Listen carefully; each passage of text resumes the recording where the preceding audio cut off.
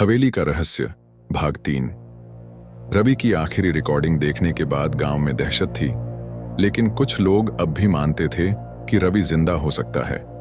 उन्होंने तय किया कि वो हवेली में जाकर खुद सच्चाई पता लगाएंगे।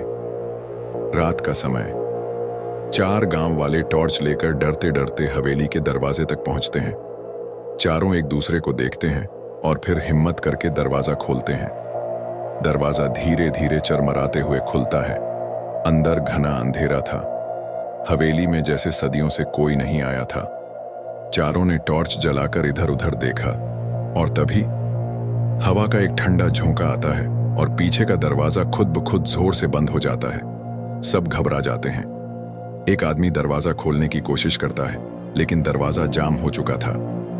अब वे भी वहीं फंस चुके थे, ठीक उसी तरह जैसे रवि उस रात फंस गया था।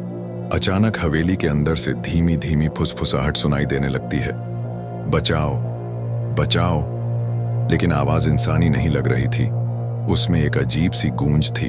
चारों धीरे धीरे हवेली के अंदर बढ़ते हैं। जमीन पर धूल के बीच किसी को घसीटे जाने के निशान दिखते हैं, जो हवेली के सबसे गहरे कमरे की ओर जाते हैं। उन निशानों को देखकर सबका दिल जोर जोर से धड़कने लगा। ये निशान बता रहे थे कि कोई अंदर खींचा गया था, लेकिन कौन? एक आदमी डरते हुए आगे बढ़ता है और धीरे से कमरे का दरवाजा खोलता है। अंदर चारों ओर घना अंधेरा था और फिर अचानक कमरे के कोने में एक परछाई हिलती है।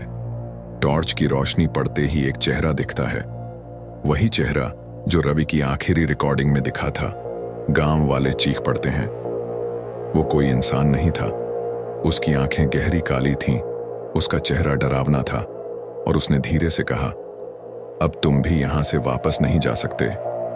तभी तेज चीख सुनाई देती है। क्या गांव वाले बच पाएंगे या फिर वो भी हवेली का हिस्सा बन जाएंगे? जानने के लिए बने रहिए हमारे साथ और कथा कहानी चैनल को सब्सक्राइब कर लीजिए।